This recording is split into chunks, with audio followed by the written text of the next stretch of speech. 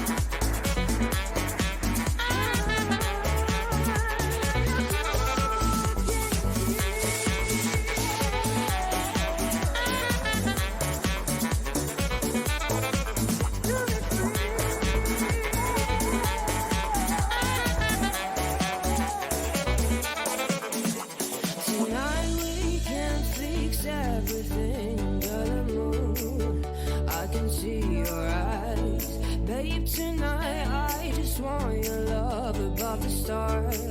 I only see you. My desire keeps growing up and it's getting out of control.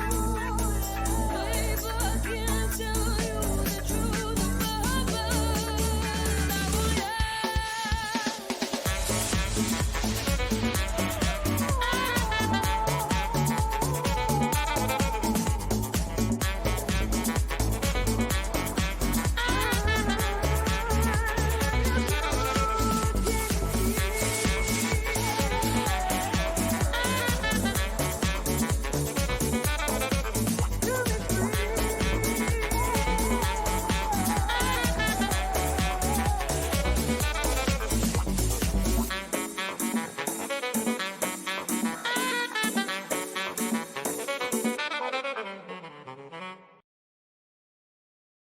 Okay, so now you can see the finished initial design of the menu. So I'm thinking of having this drop-downable like panel on the left, whether that's attached to those hooks or it might just float in and out.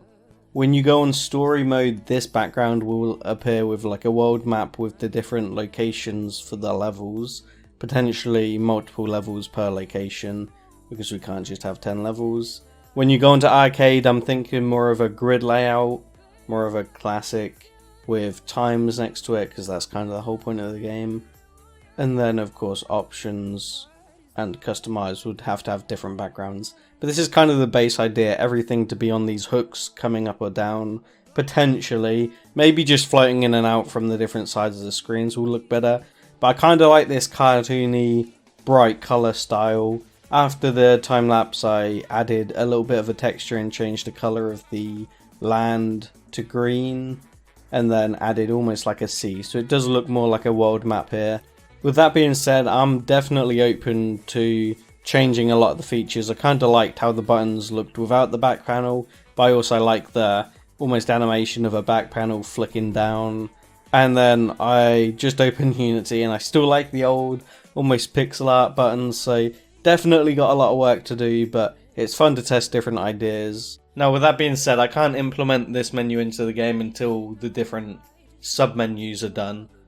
So I'm going to work on them, hopefully get this implemented by the end of the week for the Saturday episode. But until then, let's jump back into Unity and I'll show you the gameplay updates that I've been working on. So mostly what I've been working on in the first half of this week, along with the designing of the UI, is working with effectors. So these can be used as like bounce pads or control buoyancy underwater is a really good use for them.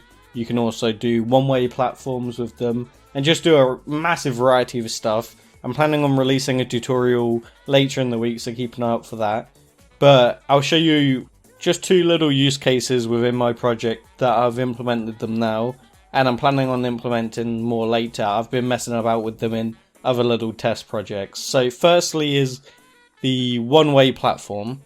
So this will work through letting you jump up through platforms but not drop down them. And I can also add a script to almost temporarily disable this on that platform, so you can drop down the platform as well, which I'm planning on adding at some point. So you can run up to a platform, jump up through it, and then almost like stack climb. A popular game with this is probably Terraria. You can jump up through a lot of the platforms and then control whether you drop through them, and it's just really good to give the player control over their movement. And the other use of it in my project is as a boost pad. As you can see, it's shown by the area light, and you touch it and it flings you up in the air, so you can use it to bridge the gap between where you are currently and the finish. Going back into the UI, I started to implement what you just saw from the time lapse into the game and linked up all the buttons, but I exported it all completely wrong from Photoshop, so I need to go back in, redo that, and pull everything across again. But the buttons work as intended, and that's fine. So the next step is to add the backgrounds and then create a new menu for the different screens, which are hopefully should all be done by Saturday. Spending most of the rest of the week doing UI, and then next week's going to be big gameplay updates and hopefully making the first full version using my own game mechanics that I want to do, which I explained back in the very first video. The plan is to almost have a full working alpha of the game by the end of next week with a couple of stages built, just to get the concept behind the mechanics, because this has all just been back end stuff, building physics, building UI, building all that stuff. Hopefully by the end of next week have a bit of an alpha of the game, and then we can actually test if the game is fun. But it's definitely worth doing this back end, making sure that the base of the game is working. In the future, if I go to build any other game, I'll probably come to this base game, use all the key binding systems, use the basic menu layout, and you can reskin it and change the UI and change different bits and really convert it to any kind of game that I want to make. So it's definitely worth putting the time in to do this. With that being said, that just about wraps it up for this episode. I've spent quite a lot of time working in test projects and testing all of these ideas out, so hopefully I'm going to be able to implement them next week. And then that will also go along with implementing my own mechanics into the game that I want to do. With regards to the actual graphics or the gameplay, that's coming after the almost alpha test, once all the animations have been added with basic art and I can verify the game is fun, because I don't want to spend loads of time creating art assets specific for certain mechanics and then have to go back and delete them and redesign them. So that's kind of the plan with that, but I don't have to do that for the UI, because the UI is the UI, and you know, the menus aren't going to change, so that's why I'm kind of getting a bit of a head start on that. I might come back and change it later, depending on the final gameplay design, but I feel like it's worth getting a bit of a start on this. So please be sure to like and subscribe the video. Subscribing really helps. We're almost at 20 subs and we're looking to build a good community here. And be sure to look out for the Effectors tutorial coming later in the week before the Saturday episode. Catch you later.